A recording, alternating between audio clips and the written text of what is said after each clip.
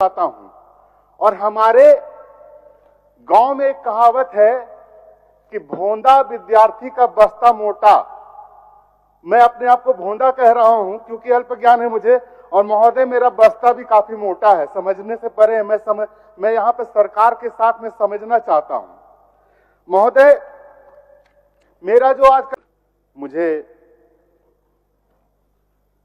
आज का जो बजट है, श्रम नियोजन एवं कौशल विकास विभाग, उद्योग विभाग, भवन निर्माण विभाग, ऊर्जा विभाग, और इस पर जो कटौती प्रस्ताव लाया गया है उसके पक्ष में मुझे बोलने का मौका मिला है।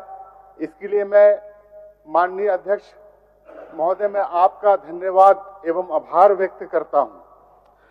माननीय अध्यक्ष महोदय, मैं गांव घर से आया हूं और गांव घर का जानते ही हैं क्या हाल है।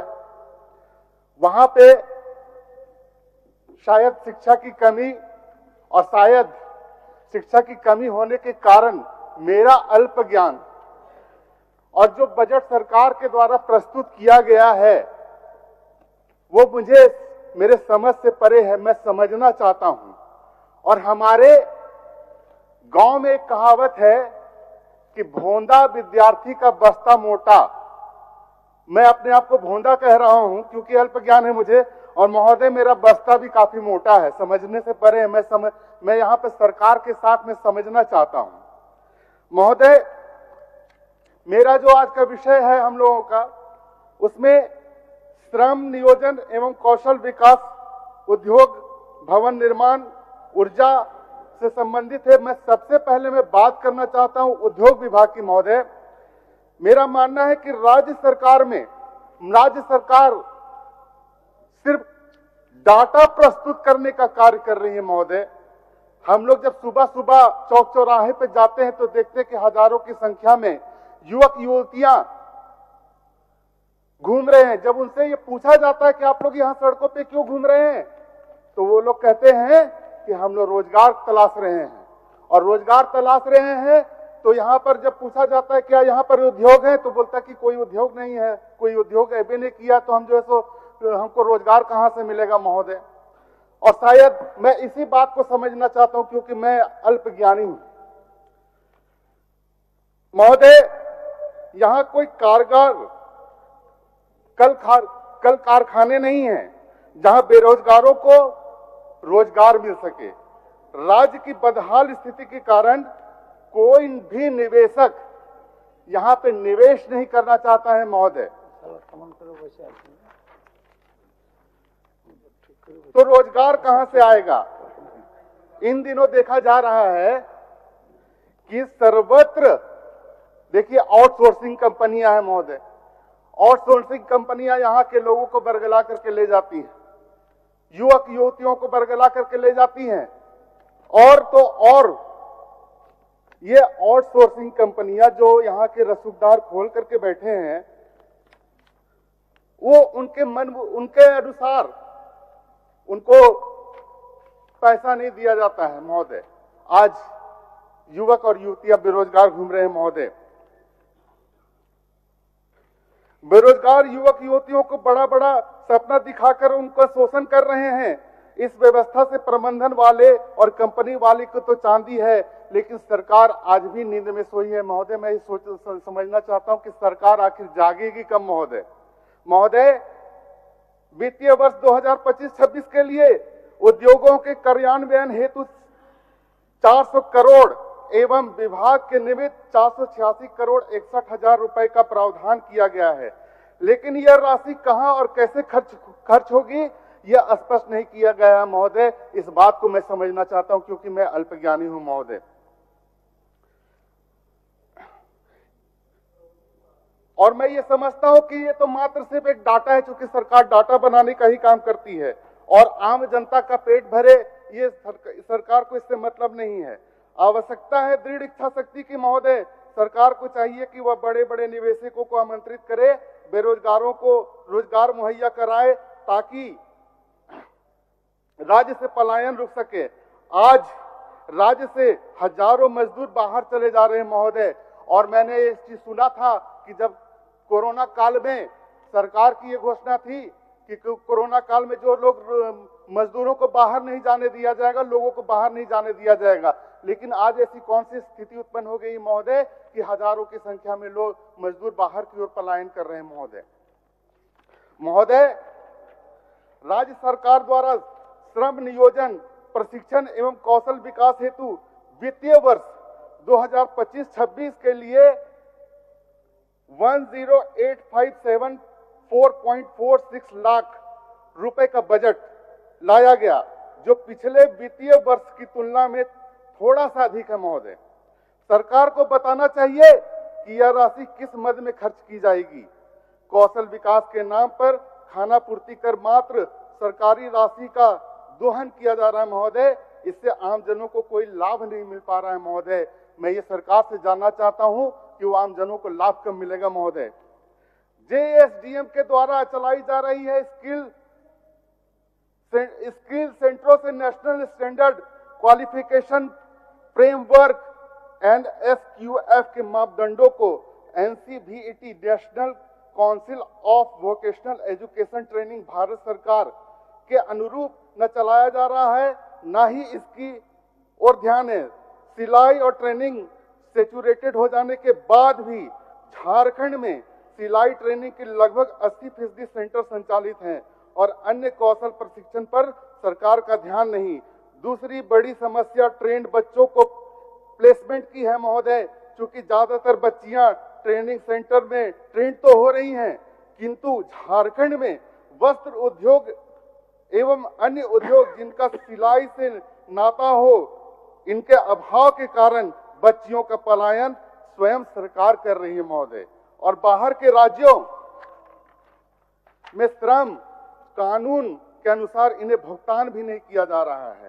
सरकार को चाहिए कि अन्य तकनीकी कौशल प्रशिक्षण पर जोर देते हुए स्थानीय रोजगार की भी व्यवस्था की जाए महोदय। सरकार इस दिशा में भी कदम बढ़ाए। इस विभाग में भ्रष्टाचार का भी समय पर बू आता है, जैसे बायोमेट्री, अटेंडेंस इत्यादि में भी बच्चों ने शिकायत किया था महोदय। जो बच्चे नहीं रहते हैं उनका अटेंडेंस भी पेमेंट से कर लिया जाता है। ऐसे कई अन्य आरोप भी संबंधित विभाग पर लगते रहे महोदय। जेएसडीएम सेंटर बांटने में भी अपने लोगों को महत्व देती है और नियम कानून को ताक पर रखकर सेंटर निर्गत करती है महोदय। अगर मैं भवन निर्माण की बात करूं तो सरकार ने अपने बजट भाषण में भवन मद में 861 करोड़ 57,31,000 रुपए का उल्लेख किया है। राज्य गठन के बाद यहां भवन निर्माण विभाग के बजट में उत्तरोत्तर वृद्धि की गई है। इसका उपयोग वैसे भवनों को भी बनाने में किया गया जिसका कोई उपयोग ही नहीं है महोदय। मैं अपने विधानसभा इटखोरी की बात करता हूं तो वहां पर हलमत्ता पंचायत के केवला गांव में वर्षों से वहां ITI कॉलेज का भवन बन करके तैयार है महोदय, लेकिन वहां पर घास फूस उग गया है, उस भवन को उपयोग नहीं किया जा रहा महोदय। तो जब उस भवन को उपयोग नहीं है तो उस पर जो है सो राशि क्यों खर्च की जा रही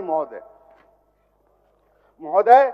आज भी राज्य में देख लीजिए तो 270 सरकारी ITI संस्थानों में पठन पाठन एवं प्रशिक्षण का कार्य नहीं हो रहा है महोदय। केवल एडमिशन के नाम पर छात्रों से फीस वसूला जाता है महोदय। गैर सरकारी ITI में प्रशिक्षण हेतु मशीन उपकरण समुचित मात्रा में नहीं रहने के कारण छात्रों को उन्नत प्रशिक्षण प्राप्त नहीं हो रहा है महोदय। और तो और मैं बता दूं महोदय, हमारे इटखोरी में ही एक धनखेरी पंचायत है, वहां रोमी गांव में अस्पताल का भवन बन करके तैयार है महोदय, लेकिन आज उस अस्पताल के भवन में गाय बांधी जा रही, घास फूस उग जा रहा है महोदय। वहां पर स्वास्थ्य संबंधी सुविधाएं उपलब्ध नहीं है महोदय, जिसके कारण आज वो अस्पताल अपनी बदहाली के आंसू रो रहा है महोदय। हमारे गिद्धौर में, हमारे पथलगड्डा में कई अस्पताल के भवन बन करके तैयार हैं महोदय, वहां वो भी अपने बदहाली के आंसू रो रहे हैं महोदय।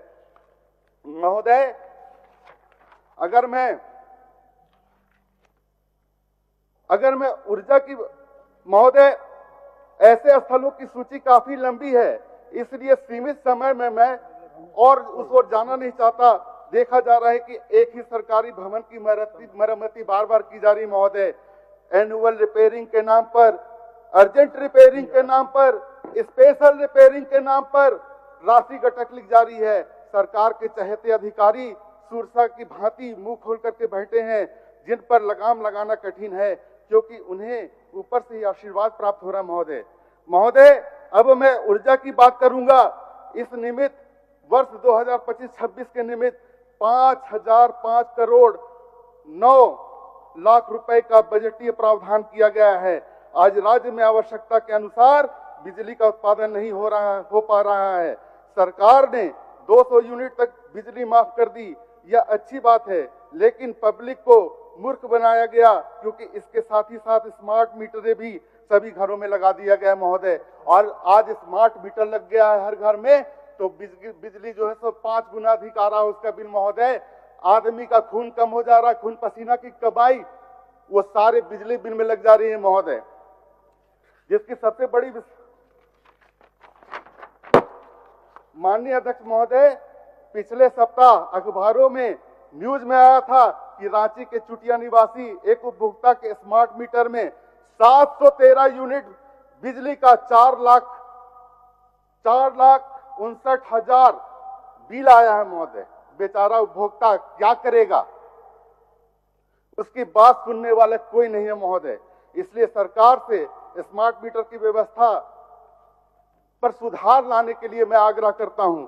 यहाँ बड़े रसूख और सरकारी भवनों के बिजली बिल करोड़ों में बकाया है, लेकिन उनसे वसूली न करके आम जनों के ऊपर भारी बोझ डाल दिया जा रहा है। इसलिए महोदय, इसमें सुधार की आवश्यकता है, अन्यथा आम जनों की कमर ही टूट जाएगी। इस विभाग में बड़े बड़े माफिया बैठे हैं, जिन पर लगाम लगाना आवश्यक है महोदय। चलते बजट सत्र में कैग का एक प्रतिवेदन पटल पर रखा गया, जिसमें सरकार का पोल खुल चुका है।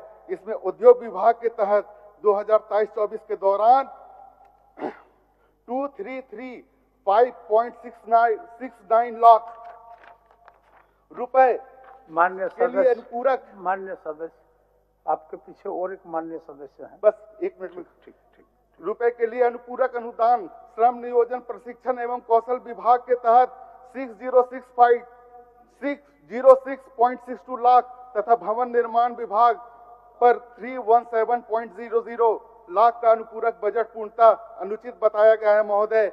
यह किसी भी राज्य की सेहत के लिए अनुचित है महोदय। मेरा आपसे अनुरोध है कि सरकार व्यापक लोकहित में यह जांच कराएगी कि किन की मिलीभगत से सरकारी राशि का दोहन हुआ है।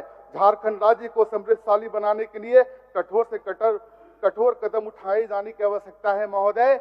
आपने मुझे इस बजट पे अपना विचार रखने के लिए कहा महोदय, इसके लिए मैं आपका फिर से धन्यवाद करता हूं और अपनी बात को समाप्त करता हूं। माननीय सदस्य श्री सुरेश बैठा।